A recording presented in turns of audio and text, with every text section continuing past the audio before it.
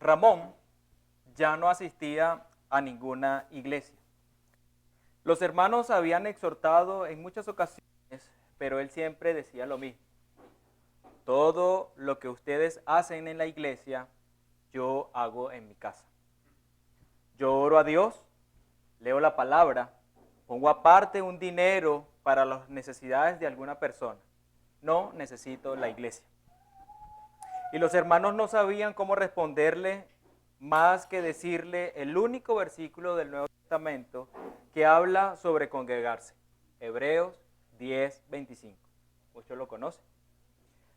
Al final dejaron a Ramón solo. Hasta la fecha no participa en ninguna congregación, como miles hoy en día. Por su parte, Juanita llegó a la iglesia por primera vez este domingo y al terminar el servicio se mostró muy feliz y dijo, esta va a ser mi iglesia.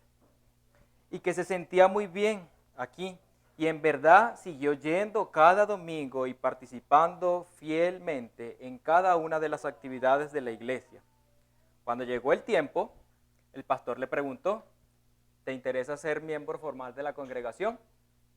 Su respuesta fue, claro que sí. Entonces Juanita llevó las clases de membresía y fue presentada un día a la congregación como miembro. Y así todo marchaba bien, hasta que habían pasado como 7 meses y Juanita ya casi no asistía más a la iglesia. Todos se preguntaron, ¿qué ha pasado con Juanita? Alguien mencionó que la había visto en otra iglesia el domingo pasado. Juanita traía un problema. Estaba acostumbrada a ir saltando de iglesia en iglesia. Estos casos hipotéticos ejemplifican una realidad que se vive dentro de las congregaciones. Tristemente, la parte más culpable de los conceptos equivocados sobre la iglesia es la misma iglesia. Es necesario hoy recobrar el concepto bíblico de la naturaleza de la iglesia, ya que ésta está íntimamente relacionado con la doctrina sana y el plan de Dios. Y en esta mañana quiero, a través de una interrogante y un título, dar respuesta y dar un preámbulo a lo que significa la iglesia.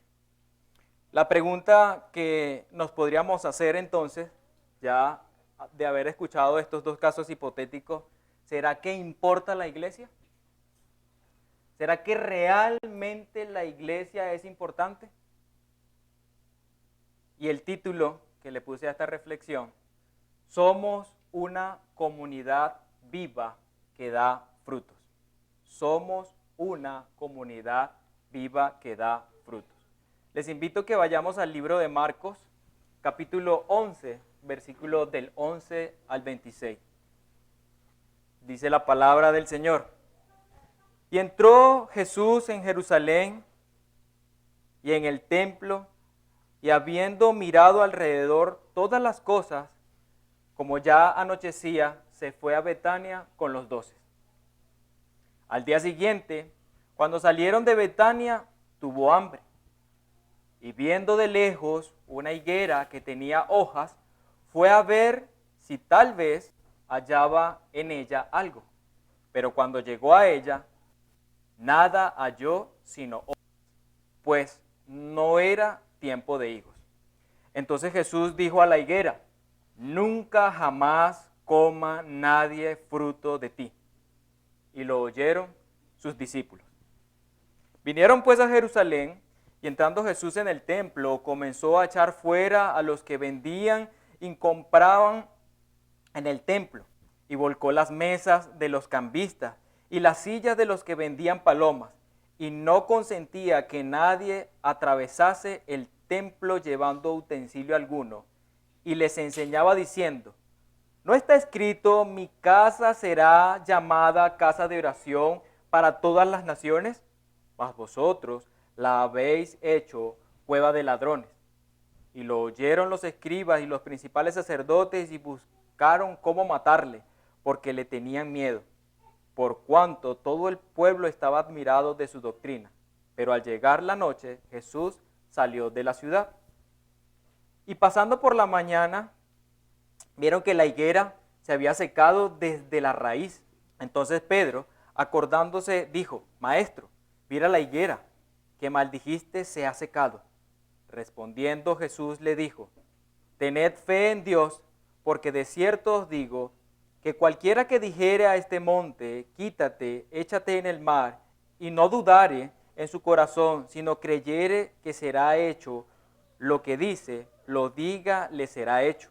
Por tanto, os digo que todo lo que pidiereis orando, creed que lo recibiréis y os vendrá. Y cuando estéis orando, perdonad si tenéis algo en contra de alguno, para que también vuestro Padre que está en los cielos os perdone a vosotros vuestras ofensas, porque si vosotros no perdonáis, tampoco vuestro Padre que está en los cielos os perdonará vuestras ofensas.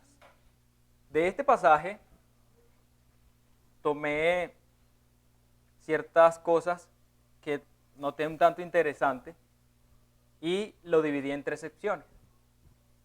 Hice una sección, versículo 11 al 14, y le titulé ¿Y dónde está el fruto? Una segunda sección del versículo 15 y 17, y está titulado Lo único que hay aquí es vegetación que solo sirve para ser quemada. Y una tercera sección del versículo 20 al 26, Vosotros sois la nueva higuera y el liderazgo de la iglesia. Dice la sección 1, versículo 11 al 14, y entró Jesús en Jerusalén y en el templo, y habiendo mirado alrededor todas las cosas, como ya anochecía, se fue a Betania con los 12, y al día siguiente, cuando salieron de Betania, tuvo hambre, y viendo de lejos una higuera que tenía hojas, fue a ver, tal vez hallaba algo en ella, pero cuando llegó a ella, nada halló, sino hojas, pues no era tiempo de higos. Entonces Jesús dijo a la higuera: Nunca jamás coma nadie fruto de ti. Y lo oyeron sus discípulos. ¿Y dónde está el fruto? En los momentos finales del ministerio de Jesús, luego de su entrada triunfal en Jerusalén, el maestro llega a Betania, reposa una noche y al salir de allí tiene hambre. Y observa una higuera y busca en ella fruto. Y viendo de lejos esta higuera, que tenía muchas hojas, fue a ver si hallaba algo en ella, pero cuando llegó a ella, no halló sino hojas, pues no era tiempo de higos. Tenía hojas. Podemos inferir algo acerca de la higuera. Estaba con hojas muy frondosas, verdecitas, posiblemente tenía un porte entre 8 a 10 metros, que es la característica más o menos de una higuera. Pero sin embargo, Jesús no estaba buscando su hermosa vegetación, sino en ella, ¿qué buscaba? El fruto. Mas no le halló. ¿Y qué hizo con la higuera? Le maldijo. Es importante recordar que en la tradición bíblica, el pueblo de Dios ya se había comparado con una higuera que daba frutos. Por ejemplo, Oseas 9:10 menciona lo siguiente: en un principio encontré a Israel como las uvas en el desierto, vi sus antepasados como los primeros frutos de la higuera.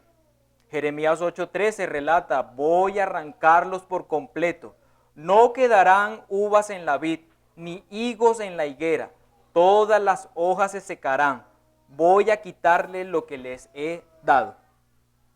Esto muy posiblemente nos deja ver que el maestro estuviera nuevamente comparando a este pueblo judío con la higuera y le estuviera advirtiendo la necesidad de dar frutos y no solo aparentar, como estaba el caso de la higuera, bien frondosa, pero sin fruto.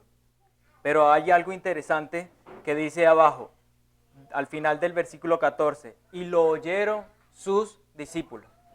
Muy posiblemente Jesús fue hasta la higuera, sus discípulos se quedaron en este lugar y escucharon a Jesús: nadie nunca más coma de ti fruto. Los discípulos no estaban muy cerca de Jesús, pero ellos escucharon que Jesús había dicho esto. Qué misterio el hecho de que la palabra registre que sus discípulos hayan oído y no hubiesen estado con él. Nunca jamás nadie coma fruto de ti. Es importante tener en cuenta que el Señor Dios, dueño de la obra, ha dejado una congregación, una iglesia, una reunión de personas pecadoras redimidas, con el firme propósito de: 1. Enseñar un compromiso con la asamblea en que Dios nos ha puesto. 2. Que debemos aprender a ver a Dios en medio de la congregación, en la vida de otros, y entender que la obra de Dios es edificar una congregación que es un verdadero apoyo espiritual. No existe en ninguna manera un cristiano aislado, un cristiano solo. No es posible.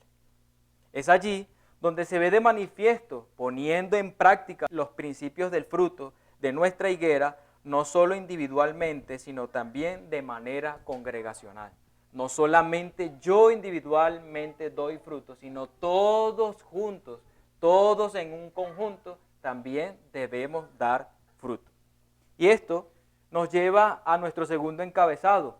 Lo único que hay aquí es vegetación que solo sirve para ser quemada. Leemos el versículo 15 al 17. Vinieron pues a Jerusalén, y entrando Jesús en el templo, comenzó a echar fuera a los que vendían y compraban en el templo, y volcó las mesas de los cambistas y las sillas de los que vendían palomas, y no consentía que nadie atravesase el templo llevando utensilio alguno.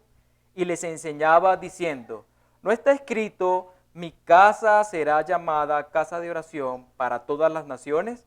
Mas vosotros la habéis convertido en una cueva de ladrones. Los versos que acabamos de leer nos confirman que en efecto Jesús maldice la higuera con el propósito de enviar un mensaje al pueblo judío y al liderazgo religioso que se encuentra en el templo. Luego de no encontrar fruto en la higuera, van hasta Jerusalén, donde se encontraba en el templo el símbolo del sistema religioso de los judíos.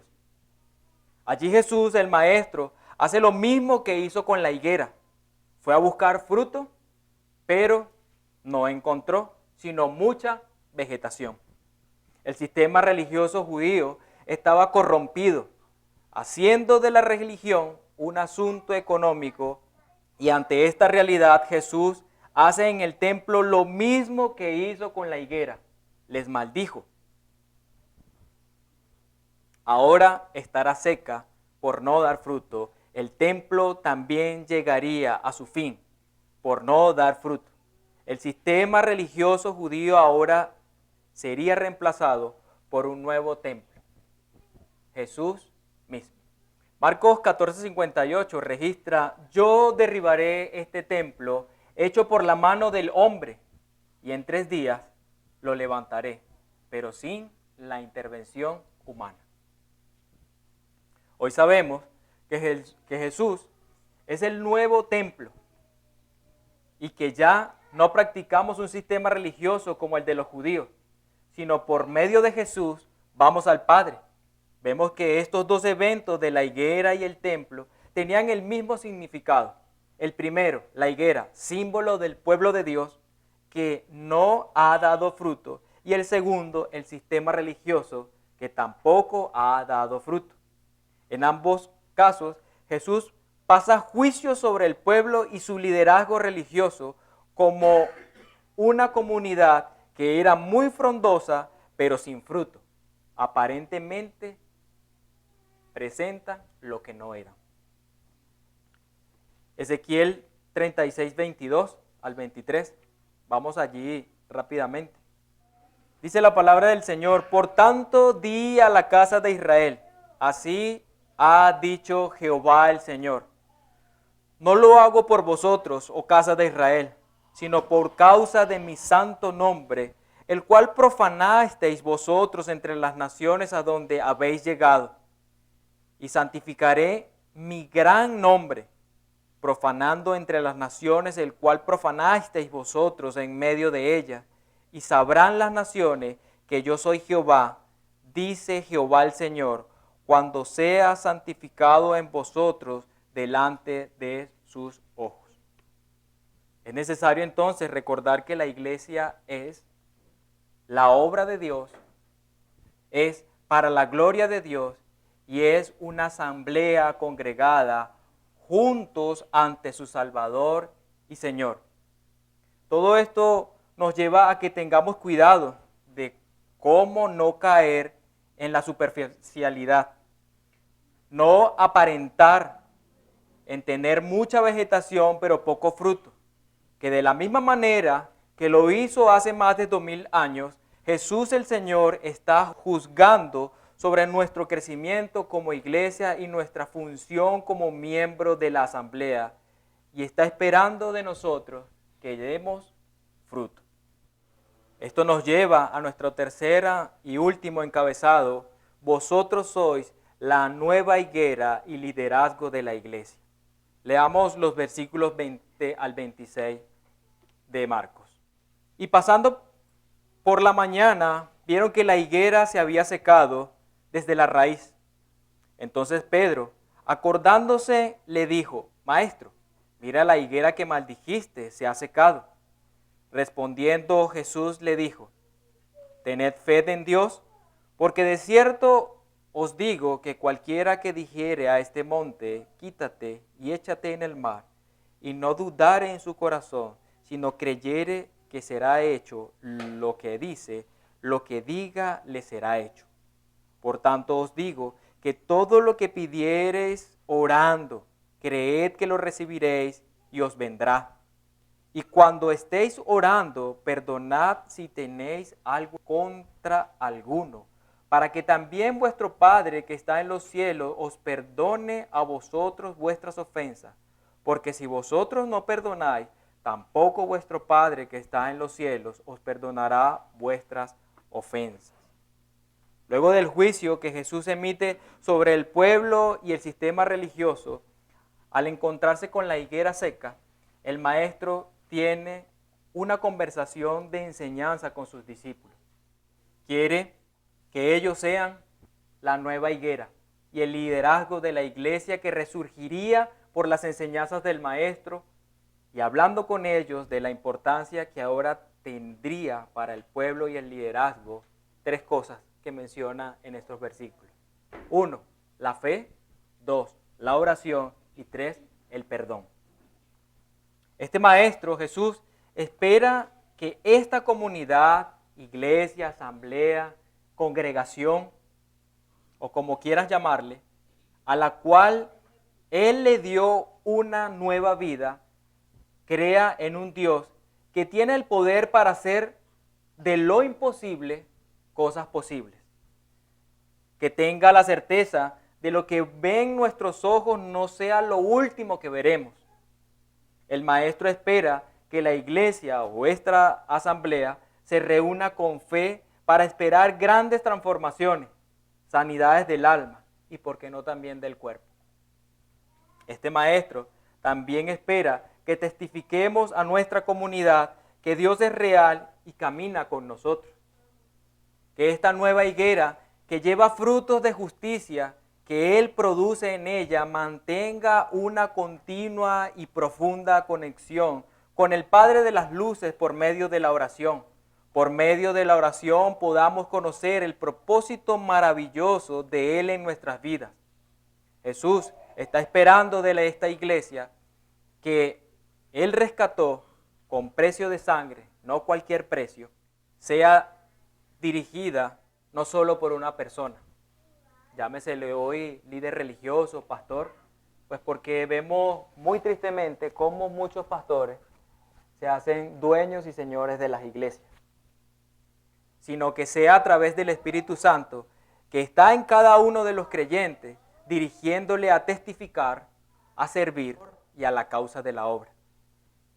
El Señor espera de nosotros como iglesia que no carguemos más con los pecados por los cuales ya Dios nos libertó, que perdonemos también tantas veces sea posible, como Él nos perdona a nosotros, que amemos a nuestros hermanos incondicionalmente sin juzgarles, así como Dios nos ama incondicionalmente, que no seamos un pueblo que juzgue al prójimo, sino que seamos un hospital para pecadores y una gran familia que nos apoye en medio de la transformación que hacen cada día en nosotros el Espíritu Santo de Dios.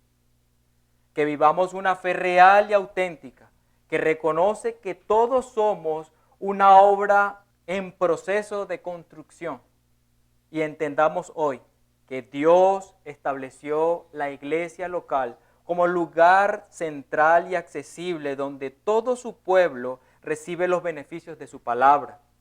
La iglesia local es el pozo de agua principal que provee a todo el pueblo de Dios con el agua que necesita continuamente para vivir hidratados durante todo el transcurso de nuestro peregrinaje. La comunidad de la iglesia fue establecida como columna y sostén de la verdad para todas las generaciones, según lo que dice 1 de Timoteo 3:15. La comunidad de la iglesia es el contexto donde somos animados a vivir la verdad, exhortándonos al amor y a las buenas obras. Hebreos 10:24. La comunidad de la iglesia es el contexto donde los líderes puestos por Dios velan y pastorean nuestras almas. La comunidad de la iglesia es el espacio donde seremos corregidos y confortados con amor cuando nos desviamos. La comunidad de la iglesia es la casa y el templo donde habita Dios y donde disfrutamos de su presencia juntos como miembros de un mismo cuerpo. La iglesia es la familia de Dios, la cual accedimos mediante el bautismo. Es nuestro hogar donde los hijos de Dios vivimos y convivimos y nos sentamos a la mesa a celebrar la cena de nuestro Señor.